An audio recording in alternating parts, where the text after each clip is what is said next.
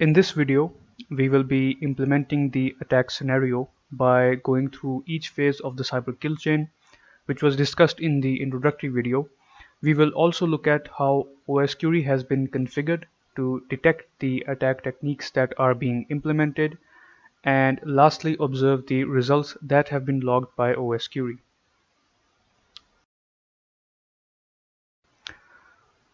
The weaponization phase essentially involves the adversary preparing his malware and tools. If it is a well-versed adversary, he would be writing his own malicious scripts, his own exploit code, and generating his own malware. But there are also a ton of open source exploitation frameworks available that can generate malware for you and deliver the payloads to the target system.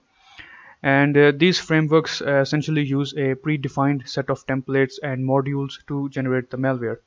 Now, some example of such frameworks would be Metasploit, Covenant, CMSeek, etc. Now, I won't be doing anything fancy in this demonstration. As mentioned before, the main purpose of these video demonstration is just to demonstrate the monitoring capabilities of osquery.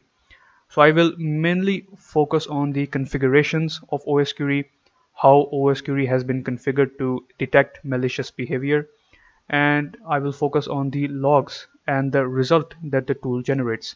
So I will keep it fairly simple in terms of the attack scenario. So in the case of our attack scenario, the attacker has opted for a malicious document or a maldoc. Now, Visual Basic for applications, simply put, is programming but for Office documents. Now, VBA macros is a developer feature in Microsoft Office which allows developers to create custom functions and essentially convert manual tasks into automated processes by creating macros in VBA. Now, this is also a common technique which is used by malware authors to place their malware in otherwise benign looking Office documents, and this is the same technique that has been utilized in this attack scenario. So the attacker has placed a malicious script as a VBA macro, and this script right here is automatically executed when the document is opened, and the reason being because we have used the auto open macro. So as soon as the document is opened, this macro or this script would be executed. So in this script we have used the shell function, and the shell function is essentially used to launch executables, and it has two parameters. So first is the path of the executable, in which we can also provide additional command line arguments, and the second is the window style parameter. Now in the path of the parameter, in the path parameter, we can see that it is essentially launching CMD, and using the K-switch, we have provided this command line to the executable that will be launched. And this command line is essentially establishing a reverse shell connection with the attacker's system, which was also one of our objectives in this attack scenario. In the window style parameter, we have 0, which is also called VB hide, and it essentially launches this executable, in this case CMD, in hidden mode. So this exe will be launched, but it will be running in the background, so the user will not be aware of this process running unless he has Task Manager or Process Explorer open. The delivery phase involves the adversary delivering or transferring his malware to the target system. Now, some delivery mechanisms involve exploiting certain software vulnerabilities, and then the payload is delivered. Another very common technique that still evades defenses is phishing, which has also been utilized in this attack scenario. So spear phishing is simply put just phishing targeted at an organization, so just targeted phishing. So phishing involves a combination of some form of social engineering and emails. So in our attack scenario, the attacker has utilized a spear phishing attachment, which is a MITRE attack technique, in which he included his malware as an attachment with an email that is then sent to the victim. So the attacker would use these social engineering techniques into making the victim think that the email is coming from a trusted source and persuade the user into executing the malware. So essentially, you can just think of this as a scam. So for example, right here, in the case of our attack scenario, the attacker has included the malicious document, the macro-enabled Word document that was created in the weaponization phase, as an email attachment and has sent it to the victim posing as the HR department. Now, in an enterprise environment where you have hundreds of emails and files which are being exchanged, it is very likely that the victims may download this file and open it, leading to the execution of the malware and allowing attacker initial access into the compromised system. So next up we have execution, specifically user execution. So a common follow-on behavior of spear phishing is user execution, in which the attacker relies on the user to execute the malware, and in the case of our attack scenario, it would involve the user being persuaded to download the malicious document, opening it, which leads to the execution of the malicious macro, allowing the attacker initial access to the target system.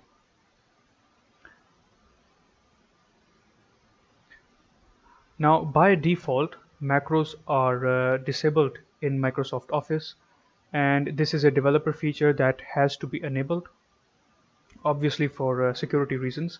So Office will ask for your permission to enable macros, and this can be bypassed with the help of social engineering. So for example, right here, the victim is receiving an email apparently from the IRS regarding his taxes. And the email explicitly tells the victim that the file is protected and he needs to click on enable content to view the contents of the file or to view the contents of the document. So from the victim's perspective, this email is coming from a legitimate source, and that would persuade the victim into downloading the document, opening it, leading to the execution of the malware. Now, how can we detect the presence of such a malicious document in our systems using osquery? Now, in the introductory video, I mentioned that I used osquery packs in the configuration, and as was mentioned, packs are essentially a set of queries. Now, here we have a scheduled query that is part of the file monitoring pack. And what this query is doing, that it is monitoring for files, first of all in a specific directory, and secondly it is only monitoring for files with a specific extension. So if you look at the description of the query right here, it states that this query detects suspicious macro-enabled Office documents under the directory specified. So if you look at the query right here, so we are extracting all of this information. We are extracting the file hash, the path, the file name, and we are using for this purpose we are querying the hash table and the file table. And if you look at the filters that are provided, so we are monitoring for files in the downloads directory, and we only want to monitor the files that have these specific extensions.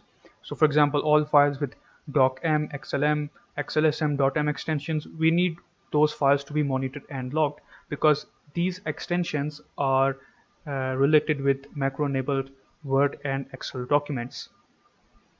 Now this query has also been mapped to the attack framework, so we can see that this query can be used to detect certain attack techniques, and this has been made possible by with the help of the reference detection implementation that was utilized, which was osquery attack, developed by Filippo Martini, which was discussed in the introductory video. Now, once this file is downloaded and opened, it runs the macro automatically since the attacker has used the auto open macro. So this shell code will be automatically executed, and something very interesting will happen. So once this document is opened, the macro is run, Microsoft Word will launch CMD as its child process. So this is a very suspicious parent-child process relation, and it should raise some red flags. Now we can detect this sort of malicious activity by specifically monitoring for suspicious parent-child process relations by querying the processes table. Now furthermore, since we have provided this command line to the executable that is being launched, so Word will launch CMD as its child process, CMD will launch NCAT as its child process, which will then establish a reverse shell connection with the attacker's system. So here we have a process which is establishing a network connection, and we can detect this by monitoring just that, processes which are establishing network connections, and we can do that by querying the processes open sockets table. And this is why it was mentioned, as it was mentioned in the introductory video, that it is quite necessary to have a good understanding of the osquery schema. Okay, so here we have the process monitoring pack, and if you look right here at the description of the first query, so it states that this query detects processes which are masquerading as legitimate Windows processes, okay, and it is being mapped to a certain attack framework. But as the name of the query suggests, that we are trying to look for incorrect cmd.exe parent processes. So we want to extract the process ID, the name of the process, the command line with which the process is being launched. So we want to extract all this information from the processes table. And if you look at the filters that are provided right here, so if you look at these filters, so the process name should be cmd.exe, and the parent name is not explorer.exe, and the parent name is not windows terminal.exe. So if cmd.exe is launched under a parent that is neither of these, it's neither explorer.exe nor windows terminal.exe, so we want that to be monitored and logged. Now this query is very specific to this attack scenario, but we can write a similar query for example PowerShell. So any suspicious parent processes that are launching PowerShell, we want that to be monitored and logged. And similarly, we can write a query for any sort of legitimate system process which is being launched under an incorrect or a suspicious parent. Now if you look at the second query, the description of the query states that this query returns the network connections from system processes, and it can be used to detect a multitude of attack techniques. Now once the document is opened, CMD will be launched, and the command line will be provided to CMD, which will launch NCAT as its child process, which will eventually establish a reverse shell with the attacker's system on the IP and port specified right here. So once CMD is launched, it will launch NCAT as its child process, which will establish a reverse shell connection on this IP and port specified. Now if we monitor for processes that are establishing network connections, then we can detect this sort of activity, which in this scenario is the process NCAT establishing a network connection with the attacker's system. So we are extracting the process name, the path of the process, and the more important columns are the remote address in the remote port. And we are extracting all this information from the process open sockets table as well as the process table. And this will give us a glimpse into the kind of malicious activity that is going on in the system. So the first thing that I'm going to do is start up the osquery daemon so we can start monitoring the activities going on in, or the events going on in the operating system.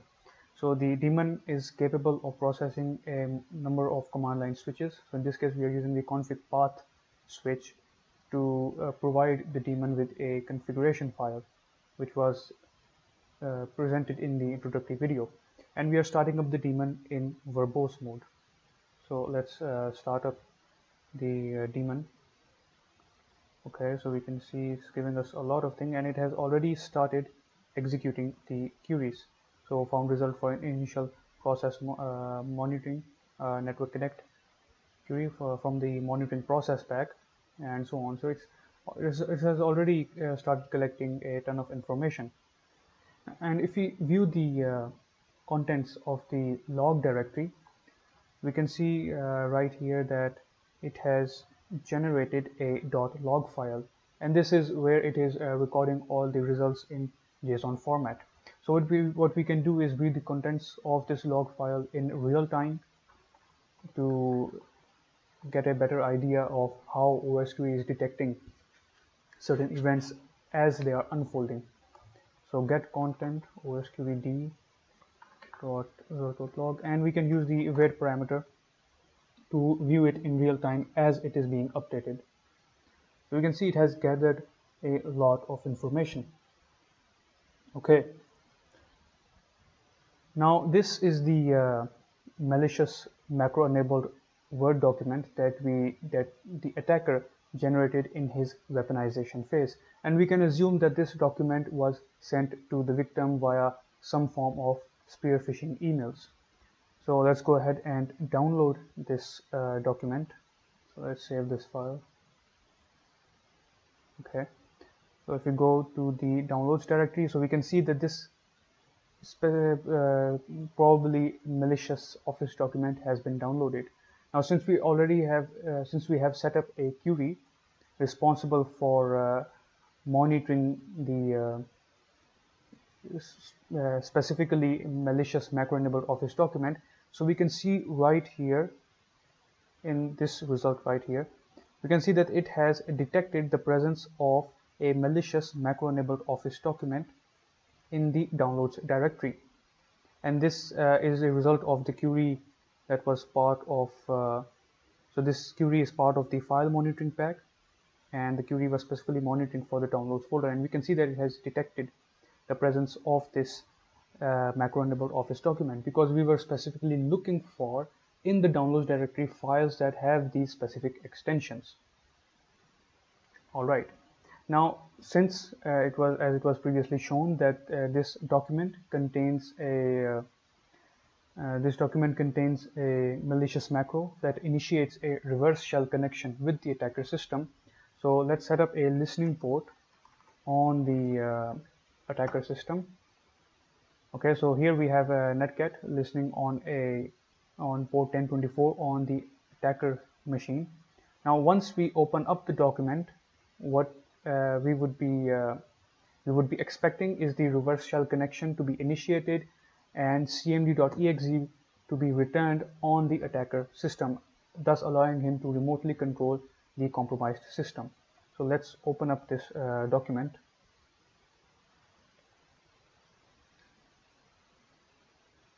This is going to take some time. Okay, so enable editing. Now, as it was also mentioned that by default macros are disabled in Office, so this is a developer feature that has to be enabled, and we can assume again that the attacker was intelligent enough and the victim was naive enough to fall for this sort of scam. So enable content, and here we can see that initially we had netcat listening on port 1024, and now we have a command prompt shell of the compromised system that is returned to the attacker machine, and we can run the similar types of commands that we are used to in CMD. So system info, and in this way we can enumerate all the system information, all the files that are available in the system, thus allowing attacker initial access into the victim's system. Now, an interesting thing to note here is if I open Process Explorer right here is when we opened the Word file, as was previously discussed, that this Word file, the macro is automatically run, which initiates a cmd.exe, launches a command prompt as its child process, which in turn launches netcat as its child process. So we can see here we have the Microsoft Word, winword.exe, that is launching cmd.exe as its child process. Now, this is a very suspicious parent-child process relation. And if we go into properties, we can see that it has given us the entire command line as well, with which that child process was launched. Now, again, this is basically an incorrect parent-child process relation that should be monitored by endpoint monitoring utilities. Now, if we go back to the results that were now, if you look at the logs that are being generated by osquery by the osquery daemon in real time, and if you look at this portion right here, so this is a result that was logged due to the query that is part of the process monitoring pack, and this query is specifically monitoring for incorrect CMD parent processes. Now, in the columns that are returned, we can see that the child process is cmd.exe. It gave us the entire command line with which that child process was launched, and we can observe right here that the parent process is winward.exe, which we can also view in real time from Process Explorer. So again, a very suspicious parent-child process relation that should be monitored, which has been demonstrated right here by using the osquery configuration specified. And similarly, if you look at this portion right here, now another so once that a netcat is launched, it initiates a reverse shell with the attacker machine. So in this case, we have a process which is establishing a network connection, and since we are also monitoring for processes which are establishing network connections, so this result is the result of the query part of the process monitoring pack, and this query was monitoring for processes which are establishing network connections. And if we look at the columns that are returned, so we can see that the name of the process is netcat.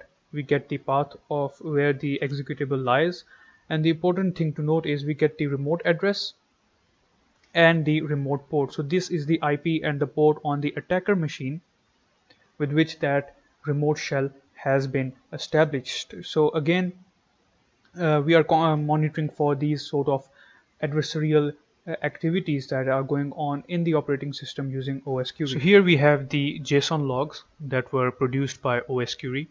So these logs have been formatted to make them a bit more comprehensible and reader friendly. So if you look at the name option right here, so the name essentially tells us about the query that generated this log. So we can see that the query belonged to the file monitoring pack, and this is the name of the query, and this is the same query that was monitoring for suspicious maldocs in the downloads folder. Now if you look at the columns option right here, so these are the same columns that were included in the schedule query, each column giving us different information. So we have the last access time, the birth time or the creation time, the last modification time of the file that was placed in the downloads folder. And if you look here at the file name option, so we can see that it has detected that docm file, that malicious macro enabled office document that was downloaded in the downloads directory. Another important thing is that it also gave us the MD5 hash of the file. So if it was for example, a common malware that was downloaded, then what we could do is simply extract the hash from this result and put it in any sort of virus search engine like VirusTotal to find out if that file is actually malicious. Now another important option here is the action option, and we can see that the action is added. And what this essentially means is that this specific docm file was added into this directory. Now if I were to delete this file or remove this file from this directory, then we would get the same query result, but then the action would be removed.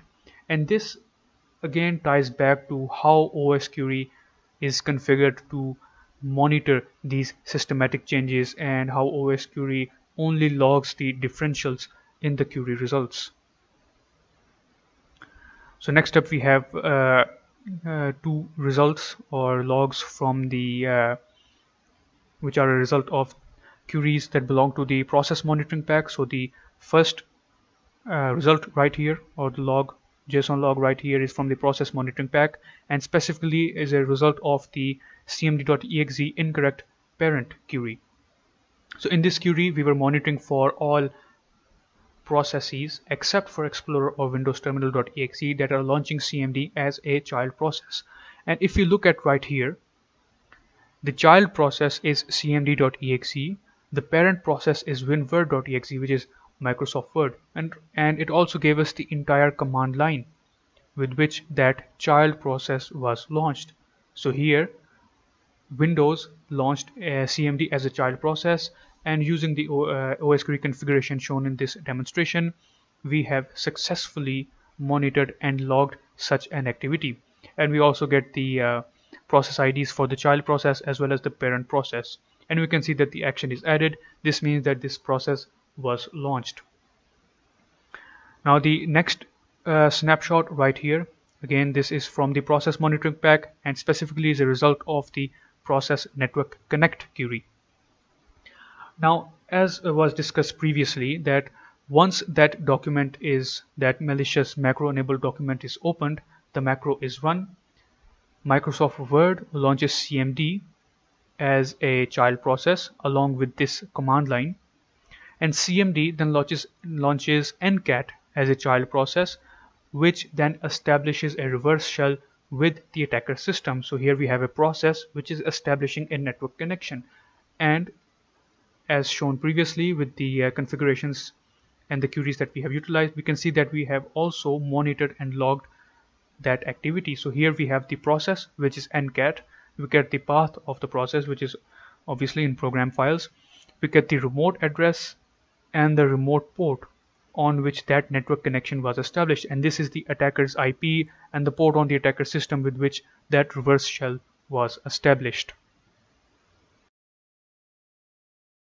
Now installation is a crucial phase post-exploitation and after gaining initial access to the system. So this involves the adversary transferring all the tools, utilities and scripts into the target system to proceed with his attack. Now this also involves setting up means of persistent access into the target system or setting up persistence for the malware, but we will look at that separately. Now installation, as discussed, involves transferring files and tools post-exploitation. So the common methods that are utilized for transferring files is transfer over HTTP, over FTP, SMB, etc. Now in the case of this attack scenario, the attacker has simply set up a Python web server on his machine, and then he can download all the tools and scripts that he requires by the use of wget, curl or searchutil into the compromised system.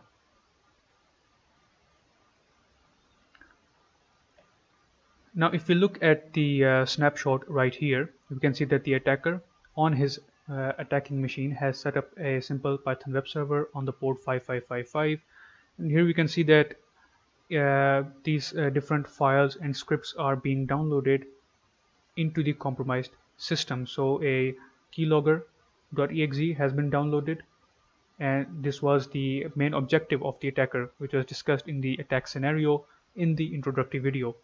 Other than that, we can see that the attacker has also downloaded a Visual Basic script, a bat script, a PowerShell script, and so on.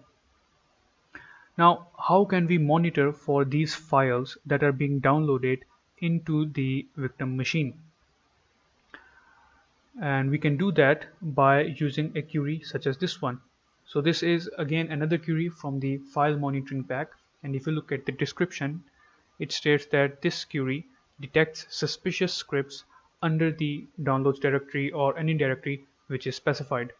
So this is essentially the same query that was used to detect the presence of malicious macro enabled Office documents, except that if we look at the filters that are provided, so we are looking for files that are present in the downloads directory, but only monitoring for files that have these specific extensions in the downloads directory, so any cmd.psm1 file. So basically any batch scripts or PowerShell scripts or modules or any executables that are being added to the downloads directory, we need that to be monitored and logged, and that will essentially, in the case of our attack scenario, be able to detect all these scripts that are being downloaded into the victim machine. Okay, so the attacker has gained initial access into the compromised system, as was demonstrated in the previous section, by opening up that malicious macro enabled Office document. allowed the macro to run automatically, initiating a reverse shell with the attacker machine, allowing the attacker initial access into the compromised system. Now, post exploitation, if you look at under this FIP directory right here, so these are all the files and scripts that the attacker wishes to transfer to the compromised system. So here we already have a CMD shell, a CMD reverse shell on our attacker machine. And now we wish to transfer all these files and scripts to the compromised system, and we can do that by simply setting up a Python web server. So here we are using the Python module, simple HTTP server, and we are starting up a web server on port 5555. Now we can download all these files by using wget or curl. Now these are PowerShell commands, and we have a CMD shell. So essentially what we can do is simply switch to PowerShell, since we can remotely manipulate the victim machine. Okay, so now we have a PowerShell interface. Now we can download the files that we require simply by using wget. So HTTP, here we can paste down the IP of the attacker machine. So simply copy and paste it right there, specify the port, which is 5555, and then you can specify the files that we wish to download. So in this case I am trying to download the keylogger exe file, and we will name that file as keylogger.exe, and this will be downloaded in the downloads directory where we have set up monitoring for OS with osquery. Invalid operation.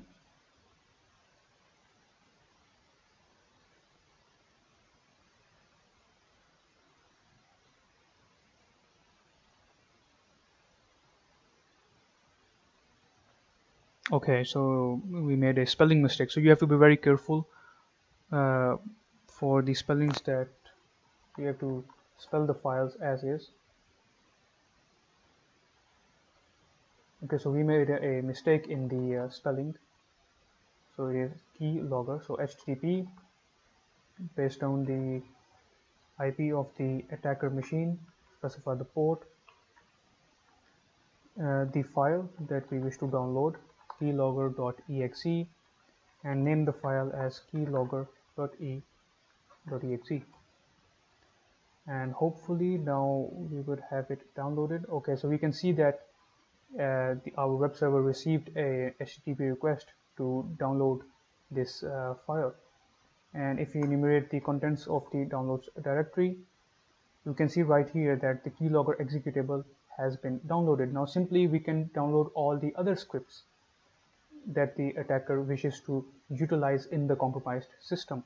So for example, wget http, specify the IP, the port, and then the file that we wish to download. Now let's download this Visual Basic script right here. So launcher.vbs, and we will name the file also launcher.vbs. And we can see that we did receive a request for that file on our web server. Now let's see if it is, and if it's actually been downloaded, and yes, this file has been downloaded. Now if we move over to the logs that are being generated by osquery, quite an extensive list of logs. So okay, all right, so if you look at this portion right here, again, this is the result of the query, part of the file monitoring pack. This query was specifically monitoring for the downloads folder. Now if you look at the columns that are returned, so here we have the name of the file, which was the keylogger executable. We get the MD5 hash of the file, the modification time of the file, we get the path in which that file was downloaded, and the action added here suggests that this file was placed in this directory. So in this way we have detected these suspicious executables being downloaded. So here we have the results of the queries. So we can see that both the results. They are results of the query that are part of the file monitoring pack, and both are essentially the same query. So it was the query that was monitoring the downloads folder specifically for these suspicious batch files, PowerShell scripts, or any exe files. So we can see that once the attacker downloaded the keylogger using wget-curl or whatever method into the downloads directory, we can see that osquery has successfully logged that file being added. So we can see that the file name is keylogger.exe, gave us the hash of the file name, the path of which is the directory in which that file was added. Similarly, the attacker also downloaded certain uh, VB scripts, batch scripts, and PowerShell scripts. So here we observe that the PowerShell script was monitored and then logged by osquery. So the file name webserver.ps1, so this is the extension which we provided in the filters. It gave us the hash of the file, the path in which that file was added, and here we observe that the action in both cases is added, which tells us that these files were added into this directory. So next up we have persistence, which would involve the adversary setting up different means of persistence to periodically execute his malware. Now, some common techniques which have also been utilized in this attack scenario involve referring the malware in the run keys or setting up scheduled tasks. So in this way, whenever the victim logs into his account or during system startup or any interval provided, these scripts and binaries will be automatically executed. So if we look at the snapshot right here, as we observed in the installation phase, that the attacker downloaded all these scripts and this keylogger exe into the victim system. And we observe here that there is also a Visual Basic script right here. Now this is the Visual Basic script, and this script is responsible for executing two other scripts. One is a batch script which establishes a reverse shell with the attacker system. Another is a PowerShell script which is responsible for setting up a Python web server on the victim machine, which will be discussed in the exfiltration phase. So for persistence, what the attacker has done. So for persistence, what the attacker has done is he has created a scheduled task in which he has referred the keylogger executable, as well as referred the Visual Basic script in the run keys. And essentially what will happen is that when the victim logs into his account, the keylogger will be executed and start logging the victim's keystrokes. And the reason being, when the attacker was creating the scheduled task, he's provided the schedule as on logon. So during account logon, this action would be taken, which will essentially launch the keylogger executable. And since the attacker has also referred the Visual Basic script in the run keys, as the victim would log into his account, this Visual Basic script would execute. That in turn would establish a reverse shell with the attacker system, as well as set up a Python web server on the victim machine. Now detection. So we can detect these techniques simply by monitoring for changes in the registry, the startup folders, or scheduled tasks. So as was shown in the introductory video, we also utilized a registry monitoring pack and a scheduled task monitoring pack. So this first query right here is from the registry monitoring pack, and the description states that this query returns the contents of the run keys located under the HKey local machine hive.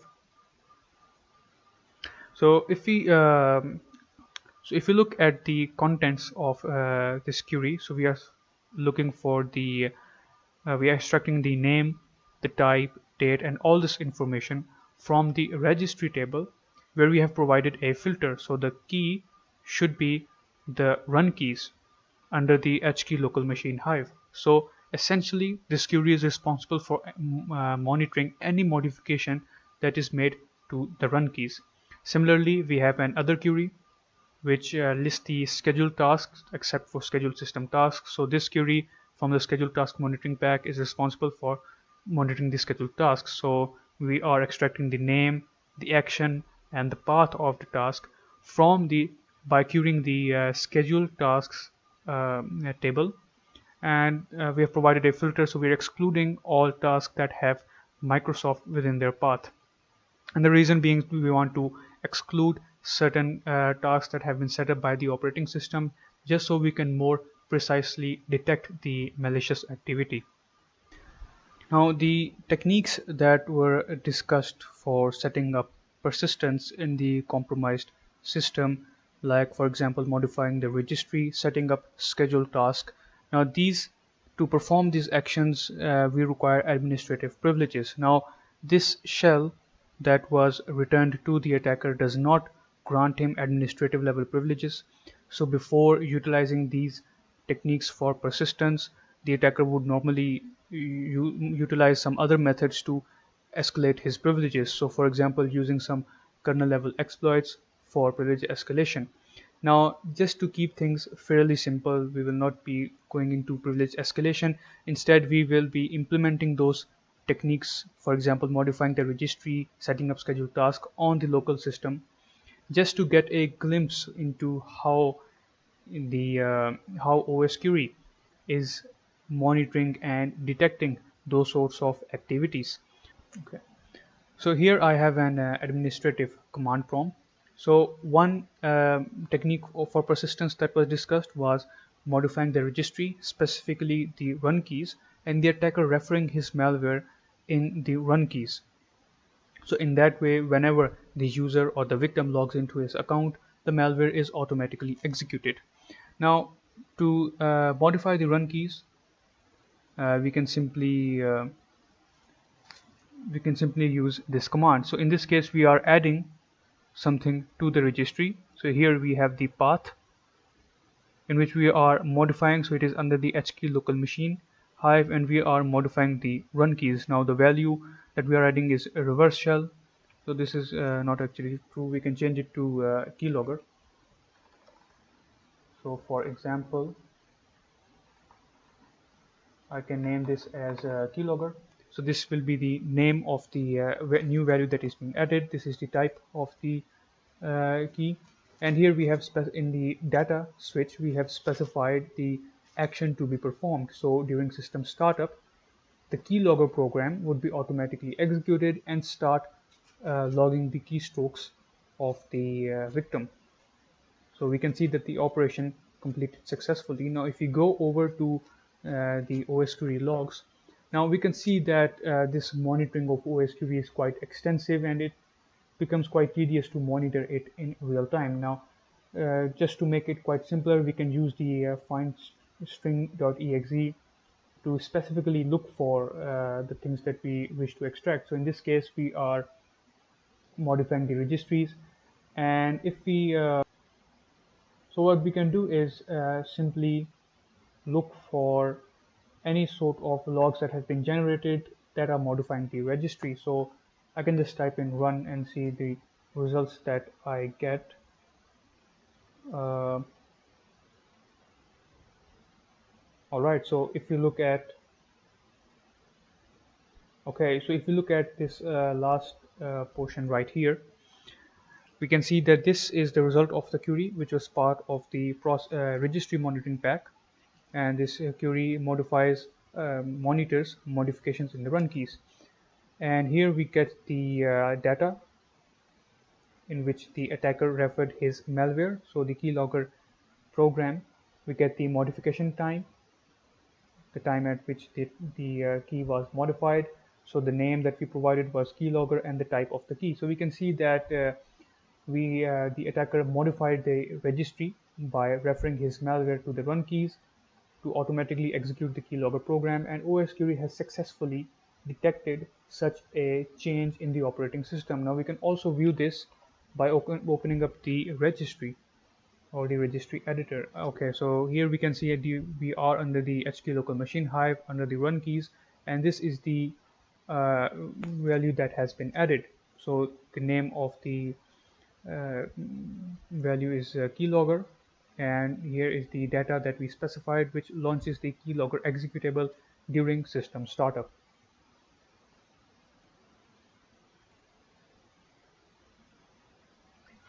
Now the next technique that was mentioned was creating scheduled tasks for periodic execution of the malware.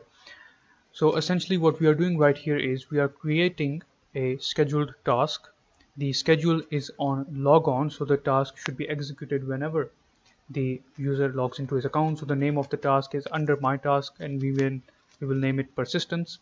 And the action to be performed when that trigger is met is that we want to execute the Visual Basic script. So here we have referred the entire path where that script has been placed. So let's create this task. Okay, so it has been created successfully. Now if you go over to the the logs that are being generated, so if you look right here, so we have the name of the pack, which is scheduled task, and the query was specifically monitoring for scheduled tasks. Now if you look at right here, so this gives us the action which is to be performed whenever the task is triggered. We get the name of the task, which we gave as persistence, the path for the task, and the action is added. So essentially this task was created as a means of persistence, so that the attacker can execute his malware. Now the Visual Basic script that the attacker has referred to right here will in turn execute the reverse shell batch script, as well as set up a Python web server on the victim machine. Now we can also view this from the task scheduler or the task viewer. So if we refresh the contents, so here we can see that we have a new folder called my task, and inside a task with the name of persistence has been created. So this task is to be executed at logon of any user, and it should perform this action. So basically this program should be executed whenever the task is triggered. So in this case we have successfully detected these techniques that are utilized by adversaries for persistence using the specified osquery configurations. Okay, so here we have the results of the queries. So if you look at the first snapshot, so this is the result of the query, which is part of the registry monitoring pack. So the query that was specifically monitoring for modifications to the run keys.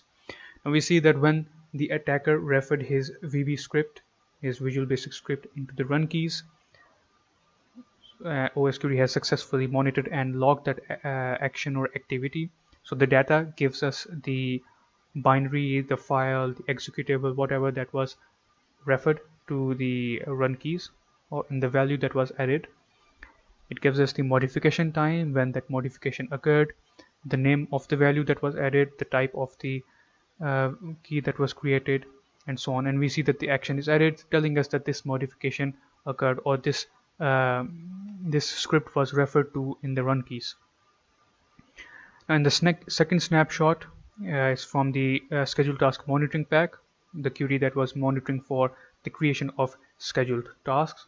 So when the attacker created a scheduled task to launch the keylogger.exe executable during account logon, osquery has successfully monitored and logged that activity being performed. So in the columns option, we see that the action tells us what action to perform, what binary to execute, or what program to launch once when that task is to be executed.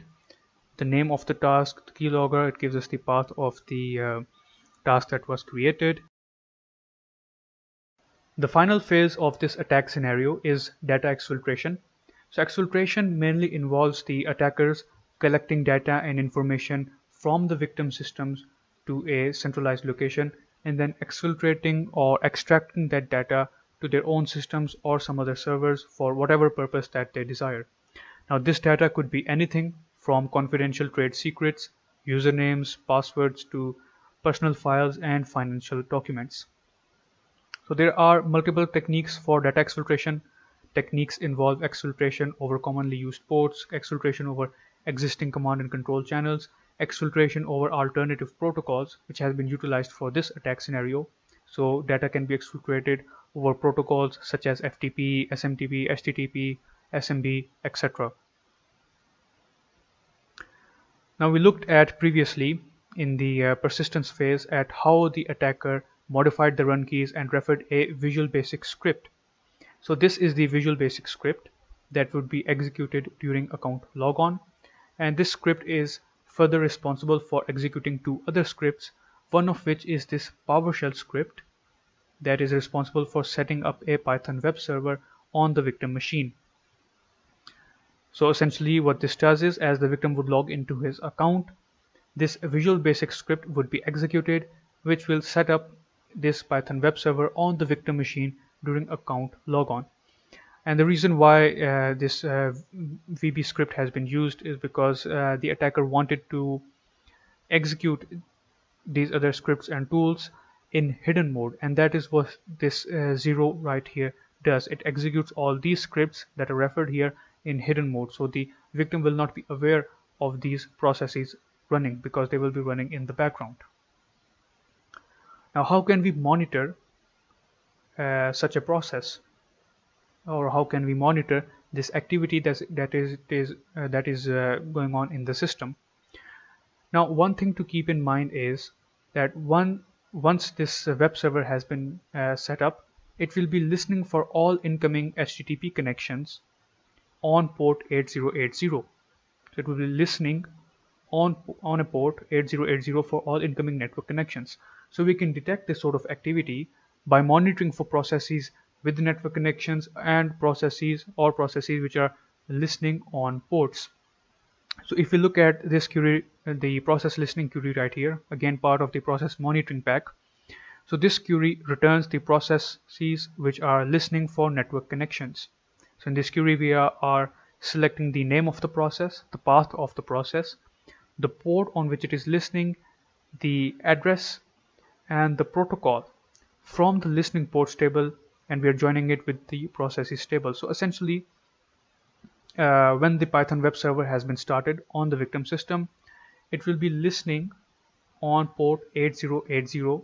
So essentially it is the Python process which is listening for all incoming HTTP connections on port 8080, and using this query we can monitor and log all such processes which are listening on ports or listening for incoming network connections. Now the final stage of this attack scenario is data exfiltration, which as discussed is simply the attacker collecting all the data into a centralized location and then extracting that data to his server or any other location that he desires. Now again there are multiple methods by which data can be exfiltrated. Now the techniques that have been utilized in this attack scenario is exfiltration over alternative protocols. So exfiltration over commonly used protocols such as FTP, HTTP, etc. So essentially what the attacker is doing in this scenario is simply setting up a Python web server on the victim machine to extract all to exfiltrate the data that he requires. Now this has been achieved by the attacker by creating a scheduled task to launch the to execute the Visual Basic script, which in turn executes the PowerShell script, which is the web server.ps1. So this script right here. So this script is responsible for setting up a Python web server on the victim machine, and once that server has been set up, and this server would be set up whenever the user would log into his account, and once the server has set up, then the attacker can simply use wget or curl to download all the files that he requires. So if we were to run this command python and http.server is the module and specify the port at 8080, now the web server has been set up. Now the way we can detect this sort of activity is we have also set up queries that are monitoring for processes that are establishing network connections. So if we look, if we go through the log file and specifically search for the Python process, so we can see that here an entry has been added into the log file. If you look at this portion right here, so the this entry has been generated by the query that was in the process monitoring pack. So that was specifically the query that was monitoring for processes that are listening for network connection. So essentially what is happening here is we have the Python process which is listening on port 8080 for all incoming network connections, and we can observe that right here in the columns that have been returned. So the name of the process is python.exe. We get the path where that program resides, and we also get the port which is 8080 on which it is listening for all incoming network connections. So again, this was a method that was utilized by the attacker to exfiltrate the data, and we have successfully detected the process that was responsible for aiding the attacker in the data exfiltration stage. Okay, so here in this generated log, we can see that it gives us the name of the process, which in this case is python.exe, the path in which that program resides, and it gives us the port, which is 8080, on which this process is listening to. So once the attacker sets up a Python web server on the victim machine for data exfiltration purposes, in that case, the process Python would be listening on port 8080 for all incoming HTTP connections and all incoming network connections. So we can see that this sort of activity has been monitored, logged, and recorded by using osquery and by configuring osquery in such a way to detect these sort of adversarial activities. Now, since the ultimate goal of the attacker in this attack scenario was to set up a keylogger in the victim system and log all the keystrokes of the victims, so we can see here we have the keylogger program right here. And essentially what the attacker did, as we saw in the previous sections, is that he created modified the run keys to refer the keylogger program in the run keys, and essentially whenever the user would log into his account, this keylogger program would automatically execute and start logging all the keystrokes. Now, just to demonstrate how this program works, so once this program is started, it will launch in the background. So all the activity that it would start recording would be so the program would be running in the background, and it would log all the activity in a .log file that is stored locally. Now, if I were to, for example, open Notepad right here and write anything, so for example, this is a keylogger. Okay, then I open Firefox and let's search for keyloggers right here. So all these keystrokes would be logged in that .log file that we saw earlier that is stored locally. Now, if we open this log file, then we can see it gives us the window.